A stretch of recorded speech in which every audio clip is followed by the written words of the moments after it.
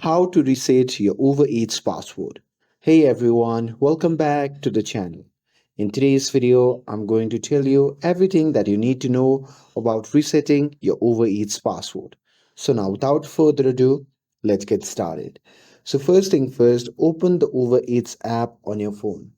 And now here, once you have opened it, you'll be prompted to the login screen. Now here is the thing.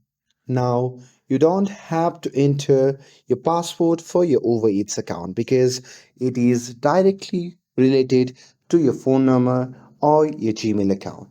So here, if you forget your account, you can just tap on continue with email or continue with Google, and after that, you simply have to enter your email address and tap on next.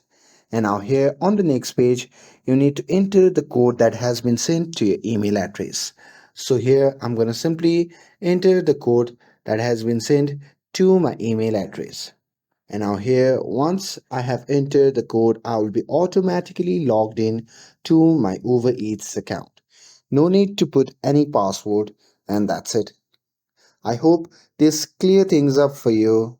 And with this, if you found this video helpful, then don't forget to like, share, and subscribe to get updated for more videos. Thanks for watching, and I'll see you in the next video.